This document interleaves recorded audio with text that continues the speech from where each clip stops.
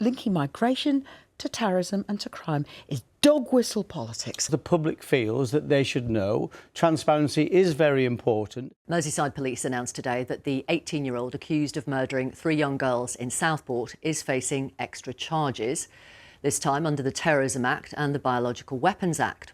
Axel Rudakubana is accused of producing the poison ricin and possessing a military study of an Al-Qaeda training manual. He'll appear by video link before Westminster magistrates tomorrow. He's already been charged with the fatal stabbings of 9-year-old Alice de Silva Agua, Elsie Dot Stankham, who was 7, and BB King, who was 6, at a dance class this summer. The Merseyside Police Chief Constable, Serena Kennedy, insisted the force was committed to being open and transparent and also needed to ensure a fair trial. You may have seen speculation online that the police are deciding to keep information from the public. This is certainly not the case. We have been given extensive guidance by the Crown Prosecution Service in relation to what we can say publicly to ensure the integrity of the court proceedings are protected. And therefore we are restricted in what we can share with you now the proceedings are live. Well, after that, the Tory leadership candidate Robert Jenrick had this to say in a video on X. The public had the right to know the truth right away. Any suggestion of a cover-up will permanently damage trust in whether we are being told the truth about crime in our country.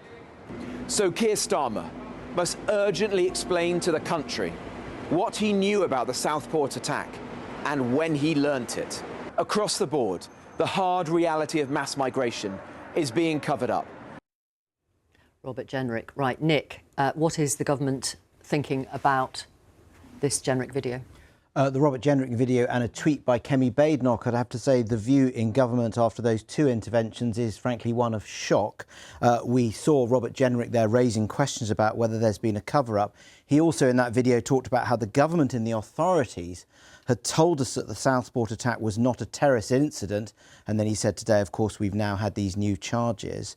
And then Kemi Badenoch spoke of what she described as serious questions to be asked of the police, the CPS and also of Keir Starmer's response to the whole situation. Now, there is in government astonishment that the 2 candidates who want to be the Tory candidate for Prime Minister appear to be overlooking 2 core points. Firstly, this is an ongoing police investigation. New evidence has emerged and new charges have been laid in conjunction with the Crown Prosecution Service. The government is not part of that. One of those new charges is under the Terrorism Act. And yes, the National Counter-Terrorism and Policing Unit has not elevated the Southport attacks to a terrorist incident. But for that to happen, you need to establish motivation linked to an ideology. And the authorities will be looking to see whether that bar has been met here, because the manual in question was a US military study into jihadis and Al-Qaeda.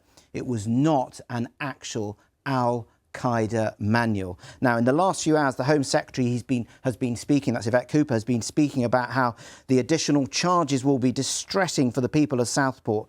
And she said the important thing is to get justice. And then this, nobody should put that at risk.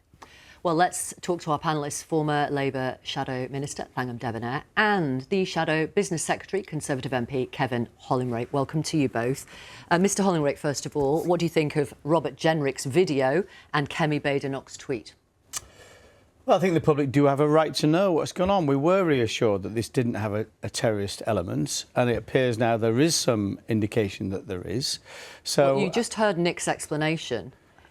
Well, I don't understand that, because Number 10 must have known for some time. The Home Secretary must have known for some time. If it had not been the case that there was denials about terrorism linked to this, then that perhaps would have been different. But there were denials. The public feels that they should know. Transparency is very important. Do you not think we've had transparency from the police today? Well, we don't know. That's why I want the Prime Minister and the Home Secretary to say what they knew when, because reassurances were given to the public that this wasn't terrorist related. Thangam Debbonaire, what do you think? I find it quite astonishing, actually, that Kevin is continuing some of this line of discussion.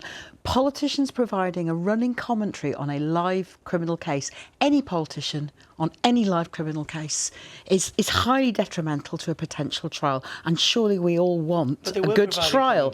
And it could be contempt. And Mr. Jenrick knows this. But finally, one of the last remarks he made, linking migration to terrorism, talking about suggestions of a cover-up. He's the one suggesting a cover-up, but linking migration to terrorism and to crime is dog whistle politics. No. And the comment we didn't hear at the end, because the video ended before the end of Mr. Jenrick's video, is a reference to the public being gaslit by the liberal elite.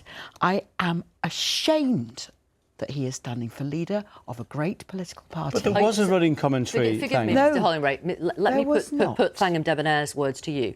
Are you ashamed he's running to be leader of the Tory party? No, absolutely I'm not. Why did he link mass migration to Southport? Listen, I'm not linking mass migration to this case. The point I'm making, picking up Thangam's point, running commentary. There was running commentary already because politicians were saying there is no terrorist element to this case. So I think now saying, well, you must have known that there potentially was, then the question should be asked. I'm not making any judgments. You are making judgments of the police, Kevin. It was the police who took the decision, as you very well know. It was the Crown Prosecution Service who assessed the evidence that the police had gathered, and the police made the charge with the Crown Prosecution Service. They make the charging decisions, and all politicians, all reporters can do is repeat what the police and the Crown Prosecution Service have decided.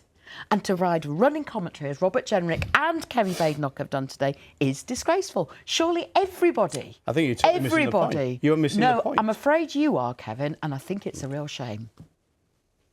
I don't accept that at all. If it had not been the case that politicians had said there's no terrorist element to this, that was a running commentary. No, that's okay from your perspective. It was not a running commentary. The police did not charge anybody with a terrorist offence. I'm not talking about the police. I'm talking about the Prime Minister and the Home Secretary. Wasn't the Prime Minister speaking on the basis of a police judgment which was based on the law? I don't know, Nick, and you don't know, and that's why it's fair. You're making this worse. No, the law it's not. is very clear. The law is very clear.